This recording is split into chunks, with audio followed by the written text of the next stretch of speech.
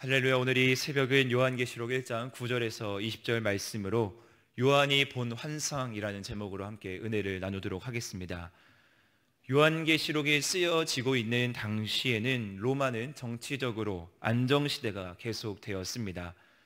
국내적으로 로마의 황제가 권력이 팽배해지면서 그리스도교에 대한 탄압, 박해가 계속되는 상황이 오늘 이제 요한계시록의 배경이 되는 상황입니다.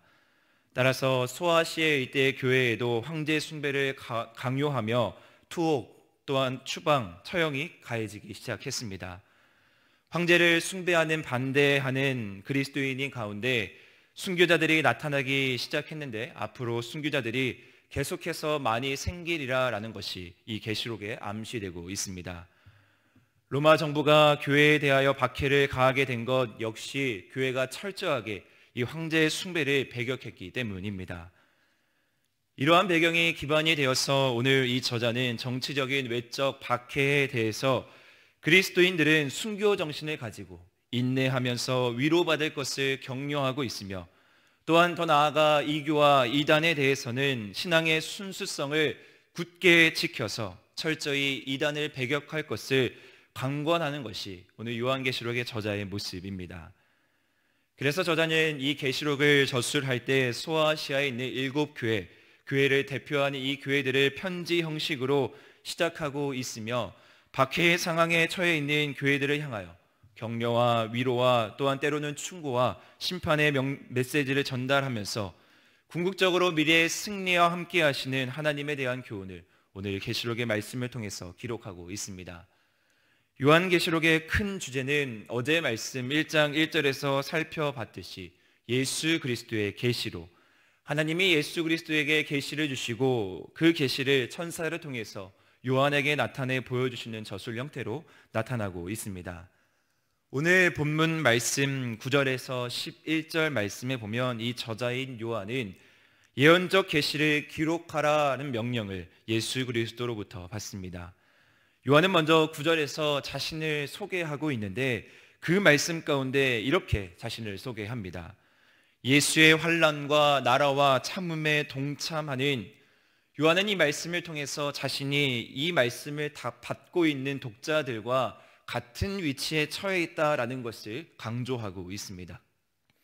여기서 요한이 환난과 나라와 참음에 동참한다라는 말하는 것은 앞선 6절 말씀에서 언급되었던 특별히 나라라는 주제를 계속해서 언급하므로 이 환난과 나라와 참음이 하나의 동일한 맥락임을 전하고 있습니다.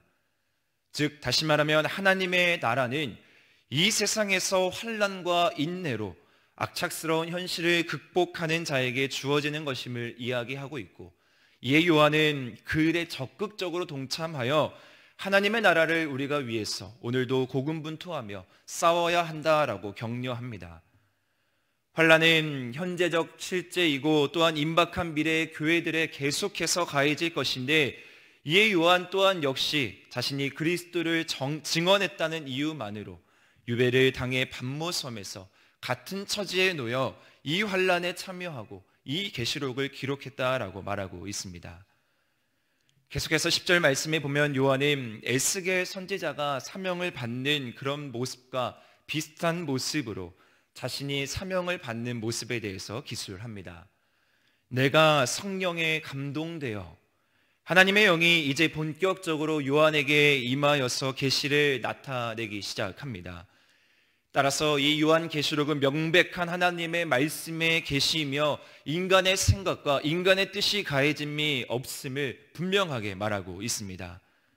요한은 이로써 자신이 구약의 선지자들과 같은 반열에 놓여 있는 사람으로 이제 본격적으로 하나님의 말씀을 전한다라고 기록하며 또한 출애굽기 19장 16절에서 20절 말씀에서 모세가 들은 말씀과 같이 나팔 소리와 큰 음성으로 자신의 예언 사역이 더욱더 강화되고 있는 모습을 우리는 10절 말씀에서 살펴볼 수 있습니다.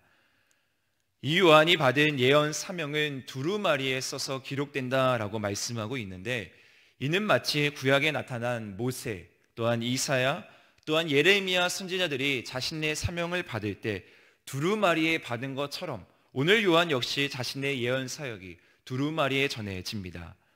이 사명은 구약의 선지자가 계속해서 얘기했듯이 이스라엘에 대한 심판이 기록되어 있는 그 두루마리, 따라서 이 요한계시록의 주요 관심사, 주요 메시지 중에 하나인 것이 바로 심판이라는 것을 우리는 이 두루마리를 전해지는 것을 통해 발견할 수가 있습니다.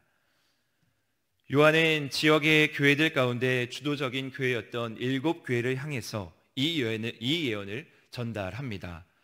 표면적으로 나타나는 7교회, 7이라는 숫자를 넘어서 성경적인 의미를 볼 때 그 7은 완전수를 나타내기에 모든 교회를 대표하여서 요한은 오늘 이 예언을 전달하고 있습니다. 12절에서 20절 말씀에 보면 이 펼쳐지는 환상이 기록되고 있는데 그것은 전형적인 구약의 환상들의 패턴을 따르게 됩니다.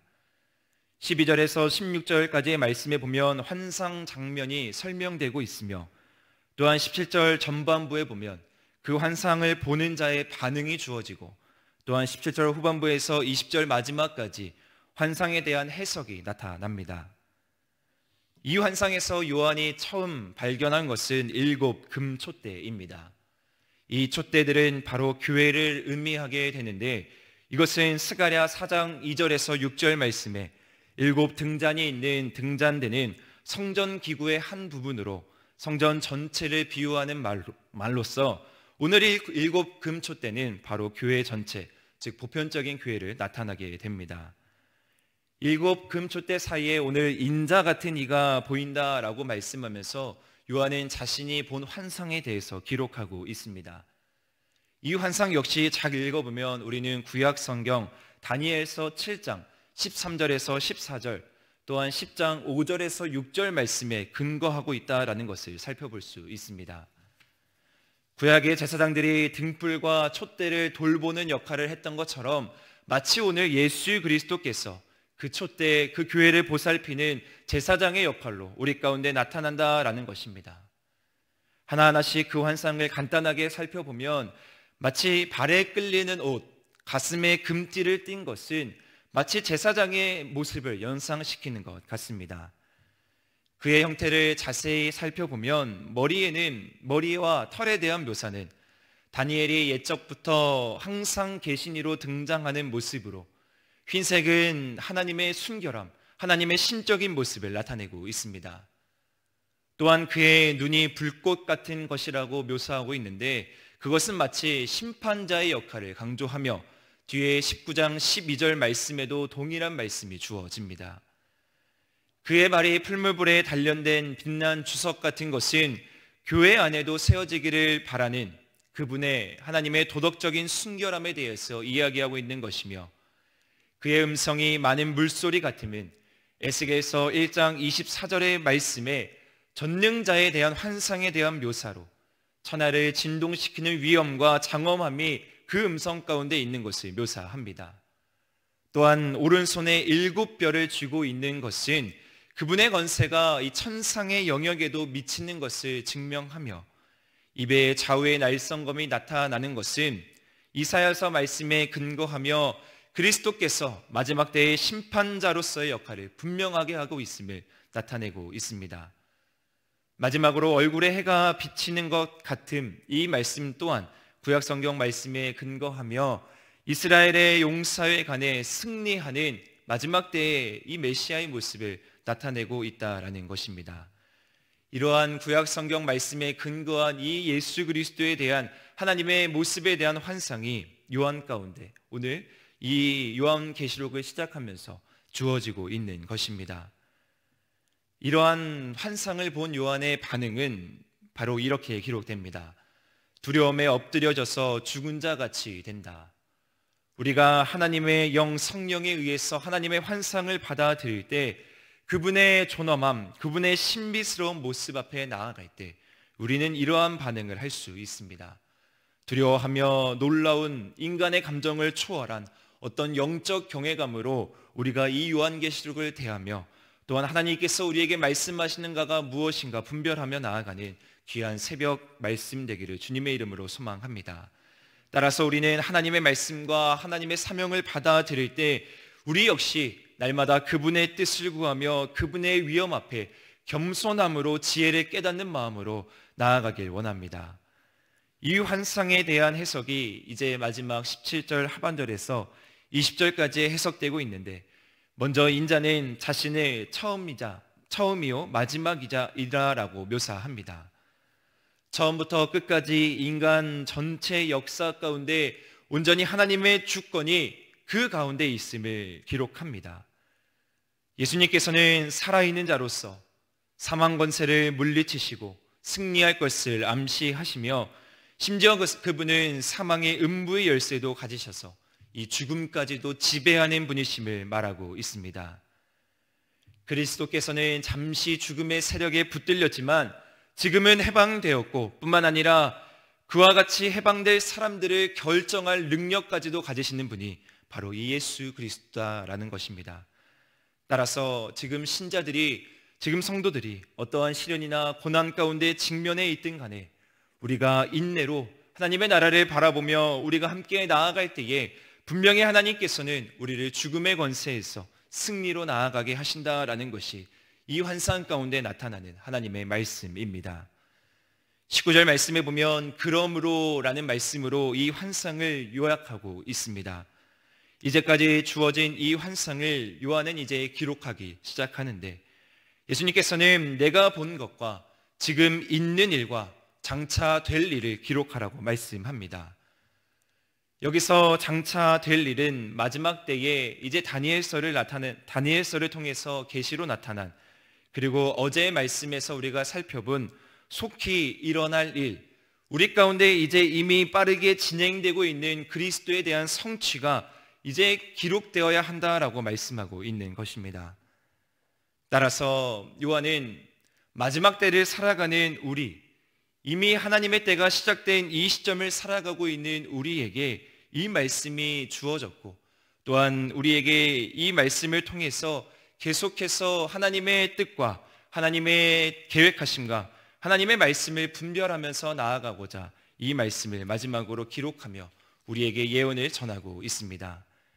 마지막 20절 말씀에 보면 요한은 이제 이 비밀을 밝히기 시작합니다.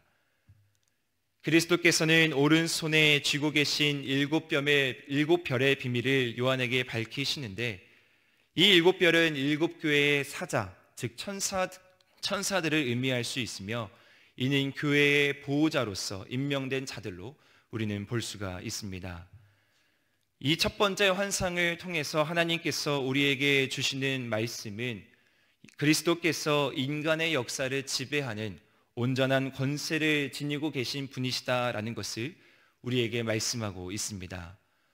온갖 환난과 심지어 외관상 패배를 겪고 있는 교회들 한가운데 서서 인간의 역사를 지배하시는 분, 그 교회를 이끄시고 보호하시는 분이 바로 이 그리스도 한 분이심을 우리에게 깨닫게 해 주시는 것입니다.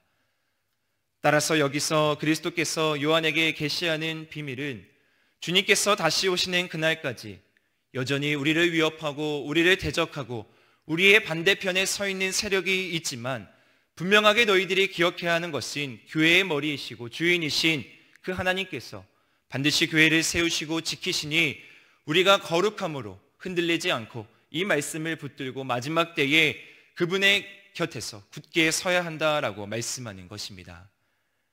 사실 이것이 우리가 굳건하게 붙들고 있는 십자가의 비밀이기에 우리는 창조자 되시고 죽음의 권세에 복종하시며 그것을 이기시고 승리하시는 오늘 주님을 굳건하게 붙들며 우리의 삶 가운데에서 오늘 빠르게 속히 진행되고 있는 주님의 다시 오심을 우리가 소망하며 싸워나가는 귀한 하루 되길 주님의 이름으로 소망합니다. 예수님께서는 천국의 비밀에 대해서 앞서서 복음서에서부터 계속해서 말씀하셨습니다. 예수님께서는 인간이 생각할 수 없는, 인간이 이해할 수 없는 뜻으로 그러한 일들을 계속해서 이루어 나가셨고, 예수님의 방법대로 그 예언의 모든 것들이 성취되었습니다. 따라서 우리는 처음과 마지막 되시는 예수 그리스도, 죽음을 이기시고 만물을 주관하시는 예수 그리스도, 그 부활의 소망을 가지고 오늘도 요한이 처해 있는 그 상황, 인내하며 환난을 이기며 나아가는 그러한 자세로 우리가 교회 안에서 승리하며 나아가는 귀한 성도로서 거룩한 사명을 다하는 귀한 하루 되시기를 주님의 이름으로 축복합니다. 기도하시겠습니다.